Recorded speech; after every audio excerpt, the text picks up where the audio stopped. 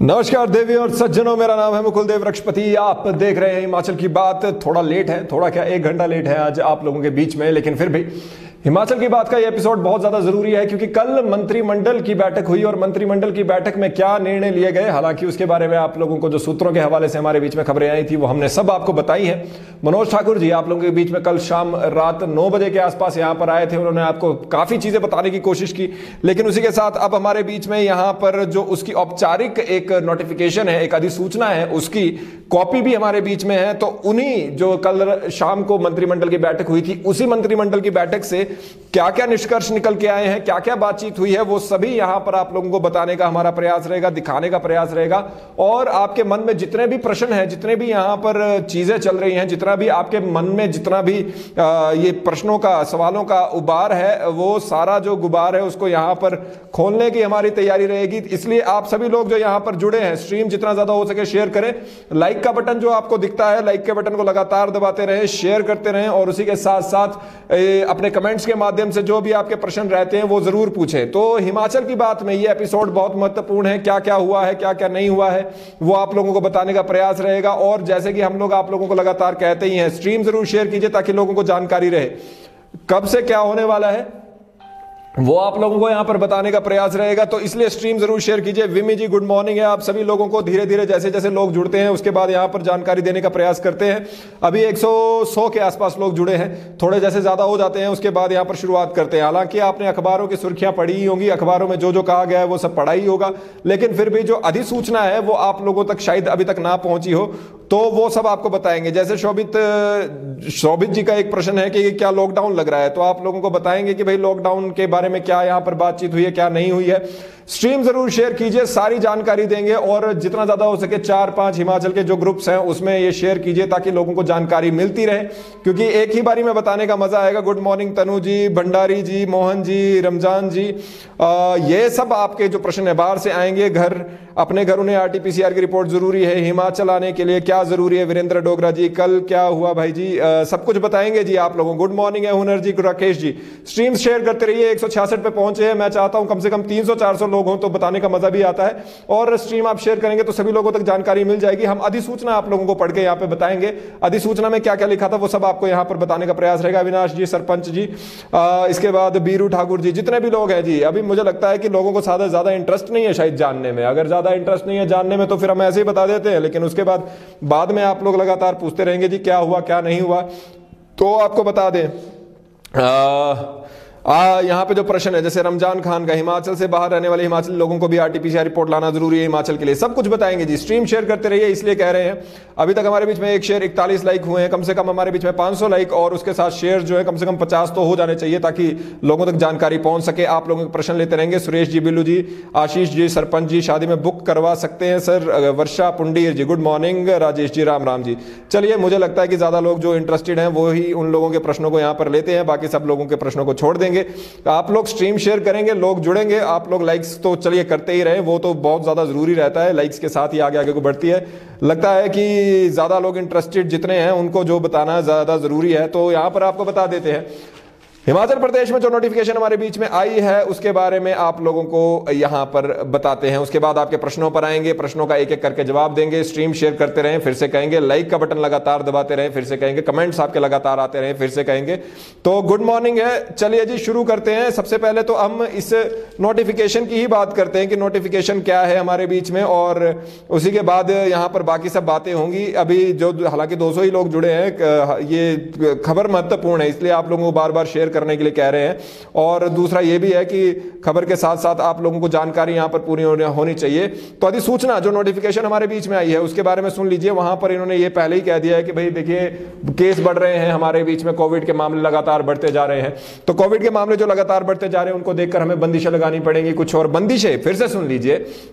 ये 3 पॉइंट की बंदिशें लिखी हैं। तो यहां पर सबसे पहले स्कूलों की ऊपर बात करेंगे। तो स्कूलों के बारे में लिखा गया है कि सारे स्कूल जो है रेजिडेंशियल स्कूल को छोड़कर, यानी कि जो डे बोर्डिंग स्कूल है रेजिडेंशियल जहां पर बच्चे रहते हैं, उन स्कूलों को छोड़कर जितने भी सारे स्कूल हैं वो सभी स्कूल यहां पर बंद किए जाते हैं। और ये जो बंद किए गए स्कूल हैं ये 11 अगस्त से 22 अगस्त 2021 यानी 11 दिन के अंतराल में ये स्कूल बंद रहेंगे। स्ट्रीम शेयर कीजिए, मैं अभी भी कह रहा हूं, फिर भी पता नहीं, चलिए आप लोगों को इंटरेस्ट नहीं होगा मैं क्या कहूं उसमें। तो 11 दिनों के लिए ये स्कूल जो है हमारे बीच में बंद किए जाएंगे, जितने भी रेजिडेंशियल स्कूल हैं, और ये हमारे बीच में 11 तारीख से 22 अगस्त 2021 तक ये बंद रहेंगे। उसके साथ जो टीचिंग और नॉन टीचिंग स्टाफ है उनके लिए बहुत ज्यादा जरूरी ये सूचना है। जो टीचिंग स्टाफ है, नॉन टीचिंग स्टाफ है, वो स्कूल अटेंड करेंगे, वो आते रहेंगे स्कूल को। और एजुकेशन डिपार्टमेंट को कहा गया है कि एसओपी बनाया जाए रेजिडेंशियल स्कूल में, किस तरह से कोविड को कंटेन किया जाए, कि कोविड कैसे जो रेजिडेंशियल स्कूल है उसमें कैसे रोका जा सकता है, उसके बारे में एक एसओपी यहां पर तैयार की जाए। तो आपको बता दें स्कूल 11 अगस्त से जो 22 अगस्त 2021 है तब तक बंद रहेंगे। लेकिन इसका मतलब ये नहीं कि पढ़ाई नहीं होगी, पढ़ाई होगी, ऑनलाइन पढ़ाई होती रहेगी। और उसी के साथ साथ जो टीचिंग और नॉन टीचिंग स्टाफ है उनको स्कूल जाना ही पड़ेगा, उनको स्कूल बंद नहीं किए गए हैं, उनको स्कूल में आना ही पड़ेगा, ऐसा पहले ही कहा गया है।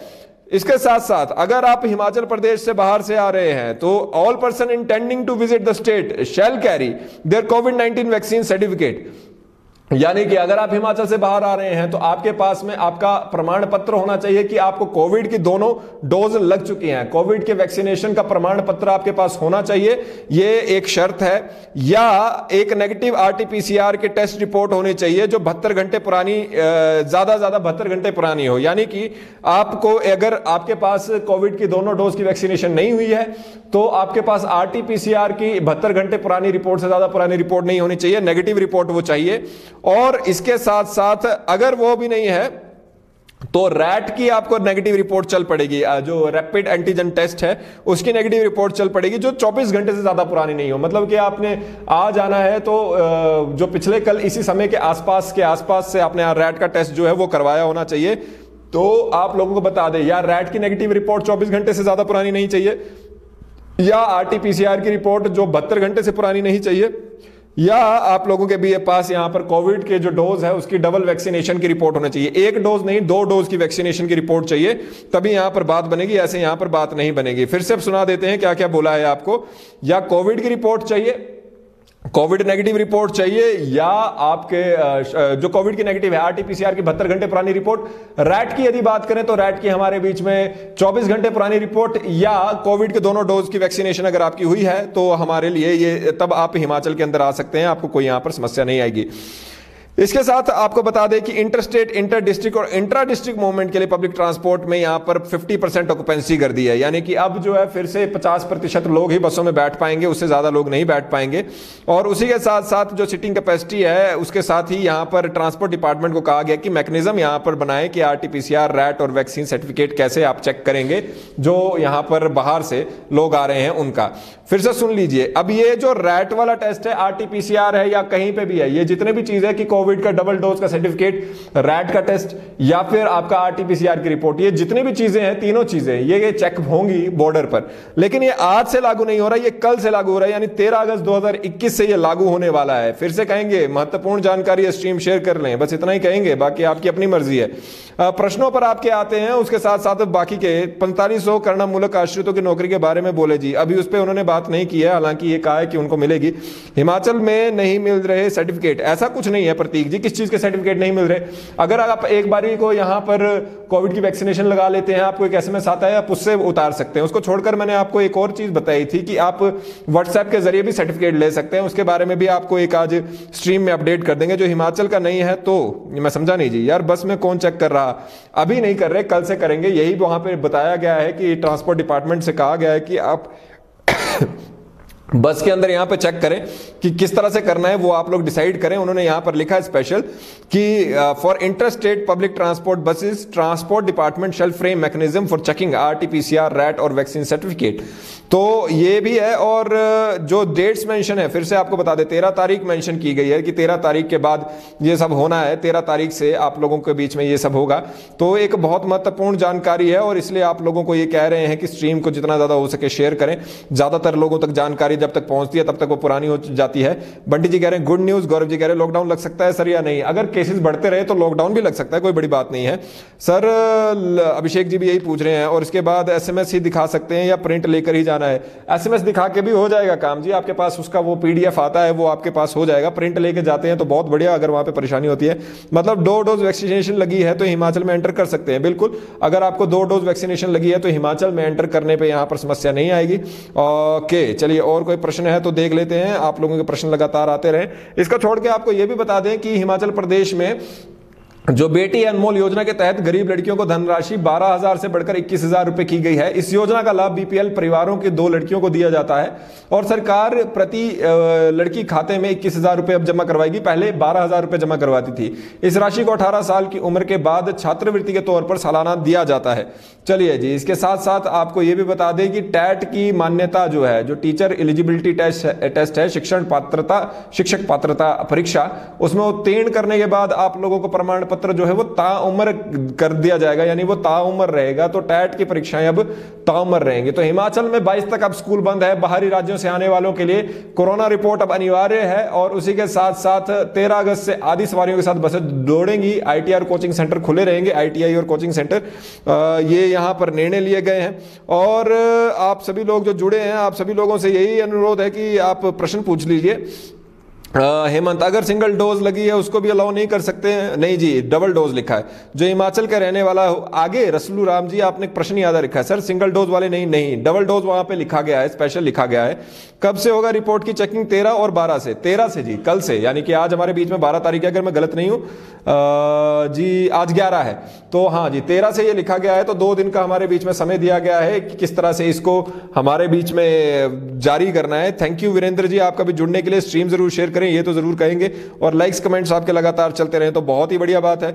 कोई और प्रश्न है जी आपका तो आप पूछ सकते हैं। फिर से एक बार क्लैरिफाई कर दें, 3 चीजें हमारे बीच में हैं। अगर आप हिमाचल प्रदेश से बाहर से हिमाचल प्रदेश के अंदर आ रहे हैं तो रैट का 24 घंटे पुराना टेस्ट आपके पास हो नेगेटिव। दूसरा, आरटीपीसीआर का 72 घंटे पुराना टेस्ट हो आपके पास नेगेटिव। तीसरा, आपके पास कोविड की दोनों डोज लग चुकी हैं, उसका आपके पास प्रमाण पत्र सर्टिफिकेट हो तो आप हिमाचल में आ सकते हैं। और ये सब के होने के बाद ही आप हिमाचल में आ पाएंगे। पहली चीज तो ये है जी, इसको ध्यान से सुन लीजिए।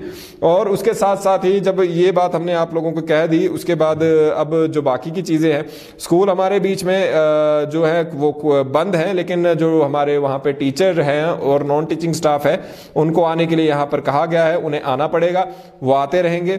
और ऑनलाइन स्टडी यहाँ पर बच्चों की चलती रहेगी। स्कूल वैसे बंद नहीं किए गए कि छुट्टियां पड़ गई। शादी में कितने लोगों को बुला सकते हैं, इसके ऊपर कोई बात नहीं हुई, लेकिन मेरे ख्याल से वो 200 लोगों वाला पहले वाला रूल जो है वही चलता रहेगा।